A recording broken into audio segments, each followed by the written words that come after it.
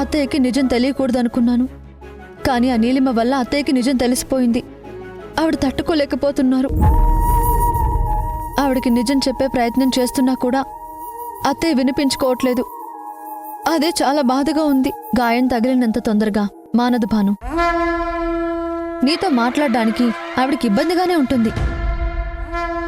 కొన్నాళ్ల పాటు నువ్వు ఆవిడ కంటికి కనిపించకుండా దూరంగా ఉండాలి, ఈ ఇంటికి దూరంగా ఉండాలి. అప్పుడు ఆవిడ బాధలోంచి ఆలోచనలోకి వస్తుంది. తను ఏం చేశానో అని ఆలోచిస్తుంది. నువ్వేం చేయాలనుకుంటున్నావో ఆలోచిస్తుంది. నీ వల్ల జరిగింది మంచా చెడా తనలో తనే ఆలోచిస్తుంది. అప్పుడు నువ్వేం చెప్పినా కూడా ఆవిడ వింటుంది.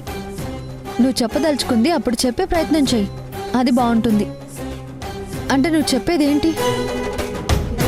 నా ఇంటి నుంచి నన్ను వెళ్ళిపోమంటున్నావా? నా వాళ్ళకు నన్ను దూరం అయిపోమంటున్నావా? అలా చేస్తే నేను చేసింది తప్పని ఒప్పుకున్నట్టు అవుతుంది. తప్పు కాదు భాను, నువ్వు తప్పించుకోవడం కూడా కాదు. ఒక మనిషి కోపంలో ఉన్నప్పుడు తనకు ఆ మనిషి ఎదురుపడినప్పుడల్లా కోపం పెరుగుతూ ఉంటుంది. ఇప్పుడు మీ అత్తయ్యకి నీ మీద కోపం ఉంది. నువ్వు ఎదురైనప్పుడల్లా కోపం పెరుగుతూనే ఉంటుంది. కానీ నువ్వు కనిపించకపోయేసరికి నువ్వు చూపించిన మమకారం గురించి ఆలోచిస్తారు, నువ్వు చేసిన మేలు గురించి ఆలోచిస్తారు, నువ్వు ఇంటి గురించి పడిన తపన గురించి ఆలోచిస్తారు. అప్పుడు నువ్వు ఏం చేశావో, ఏం చేయదలుచుకున్నావో, ఏం చెప్పాలనుకుంటున్నావో తెలుసుకోవాలని అనుకుంటారు. ఆవిడకి ఆ పరిస్థితి రావాలి అంటే కొన్నాళ్ళు నువ్వు ఆవిడ కంటికి కనిపించకుండా దూరంగా ఉండాలి. ఇది పారిపోవడం కాదు, తప్పు చేశావు అని ఒప్పుకోవడం కూడా కాదు. కేవలం ఒక చిన్న విరామం మాత్రమే.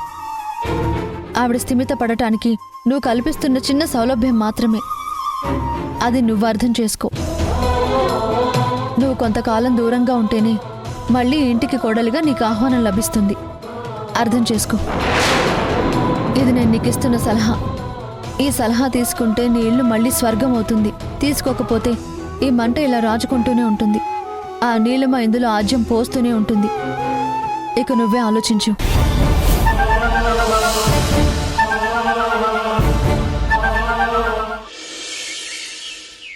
ఏంటి బాను ఇది? ఇంత సడన్గా ఏంటి డెసిషన్? నేను ఎవరు ఏం అనలేదు కదా. అమ్మ కోపంగా ఉన్నంత మాత్రాన నువ్వు ఇలాంటి నిర్ణయం తీసుకోవచ్చా?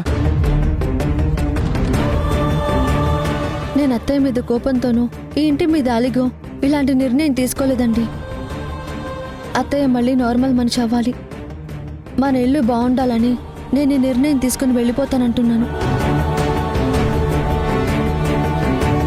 ఏమ్మా, నువ్విలా చేసినందుకు ఊర్మిళ నీ మీద కోపాన్ని పెంచుకుని మాట్లాడడం మానేసిందనే నువ్వు ఇంటి నుంచి వెళ్ళిపోతాను అంటున్నావు?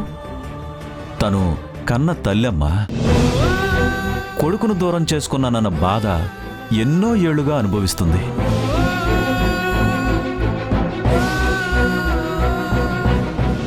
నవమాసాలు మోసి కనీ పెంచిన కొడుకు కళ్ల ముందే ఆటలో చనిపోయాడమ్మా. దానికి కారణం ఒక వ్యక్తి అని ఎన్నాళ్ళు బాధపడుతూ ఉంది. ఆ వ్యక్తి మన ఇంట్లోనే మనతోనే ఉన్నాడని తెలిసినప్పుడు తట్టుకోవడం ఏ తల్లికైనా కష్టమే కదమ్మా. అంత మాత్రాన ఊర్మిళ నీ మీద పగపడుతుందని, నీ మీద కోపాన్ని పెంచుకుంటుందని, ఈ ఇంటి నుంచి పంపించేస్తుందని ఎలా అనుకుంటావమ్మా? తను పరిస్థితులు అర్థం చేసుకోవడానికి కొంత సమయం పడుతుంది. ఆ సమయం మనం తనకివ్వాలమ్మా.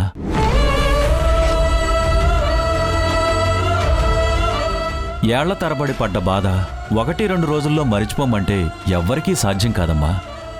ఇప్పుడు ఊర్మిళ ఉన్న పరిస్థితి కూడా అదే. అది నువ్వే అర్థం చేసుకోపోతే ఇంకెలా అమ్మా? అవు తల్లి, చెల్లెమ్మ బాధలో ఓ అర్థం ఉంది. ఎవరు ఎన్ని చెప్పినా ఏం చేసినా సరే తన బాధను మాత్రం తీర్చలేవమ్మా. ఆ రోజు జరిగింది పొరపాటే కావచ్చు, కానీ నష్టం మాత్రం చెల్లెమ్మకేగా జరిగింది. ఒక్క చెల్లెమ్మకేగా కొండంత కష్టం మిగిలింది.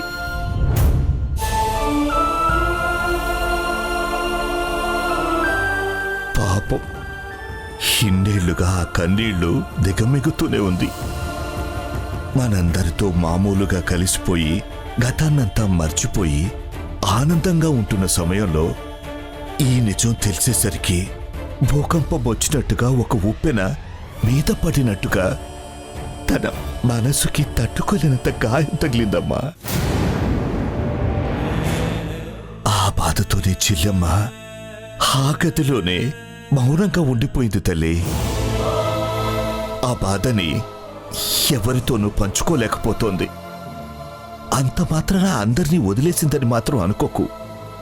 నిన్ను కాదు అంటుందని మాత్రం కలలో కూడా ఊహించుకోకు. నాన్న, నేను ఇల్లు వదిలిపెట్టి వెళ్ళిపోతాననటం లేదు. కొన్నాళ్ళు దూరంగా ఉంటానంటున్నాను.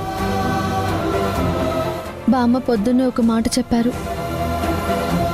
ప్రాణంగా పెంచిన రాముణ్ణి కైకేయి అడవికి పంపించింది. తర్వాత తప్పేంటో తెలుసుకుని తనెంతో బాధపడిందని. ఆ మాటల్లో చాలా పెద్ద అర్థం ఉంది. ఒక విధంగా నేను చేసింది కూడా తప్పే కదా నాన్న. అత్తయ్య నన్ను ఎంతో అభిమానించారు, ఎంత ప్రేమించారు. అలాంటి అత్తయ్య దగ్గర ఇన్నాళ్ళు ఈ నిజాన్ని దాచడం నా తప్పే కదా.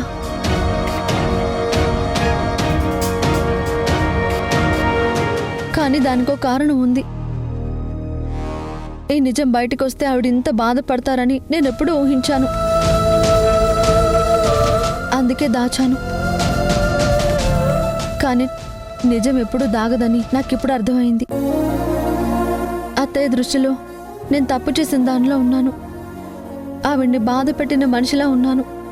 నేను కళ్ళ ముందు కనిపిస్తున్నంత వరకు ఆ బాధ మరింత పెరుగుతుందే కానీ తగ్గదు.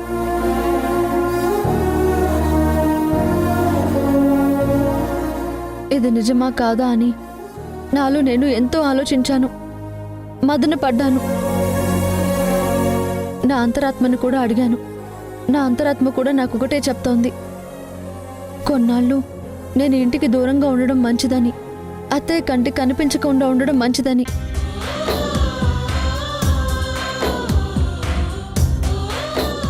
అప్పుడు ఆవిడ కాస్త కుదుట పడతారు. మీ అందరితోనూ కలుస్తారు, మీరందరూ మాట్లాడతారు. అత్తయ్య మనసు మారుతుంది. ఆవిడ మామూలు పరిస్థితికి వచ్చాక నేనే వచ్చి కాళ్ళు పట్టుకొని క్షమాపణ అడిగి మళ్ళీ ఇంట్లో సంతోషాన్ని నింపే ప్రయత్నం చేస్తాను నాన్న.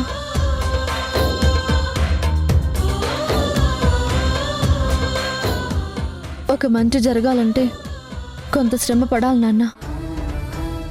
ఈ ఇంటి నుంచి దూరంగా వెళ్ళడం నాకు కష్టంగానే ఉంది. కానీ ఇష్టమైన వాళ్ళ కోసం వాళ్ళు బాగుండాలన్న తపనతోనే నేను దూరంగా వెళ్తానంటున్నాను. దూరం అయిపోతానని చెప్పడం లేదు. దయచేసి అర్థం చేసుకోండి.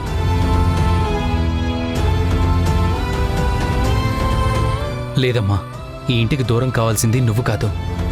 అత్తయ్య కంటికి కనిపించకుండా ఉండాల్సింది నువ్వు కాదు, నేను.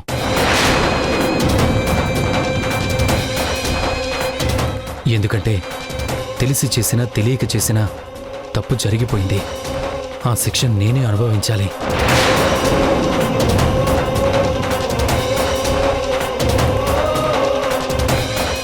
తప్పు నా వల్ల జరిగితే శిక్ష నీకు పడకూడదమ్మా.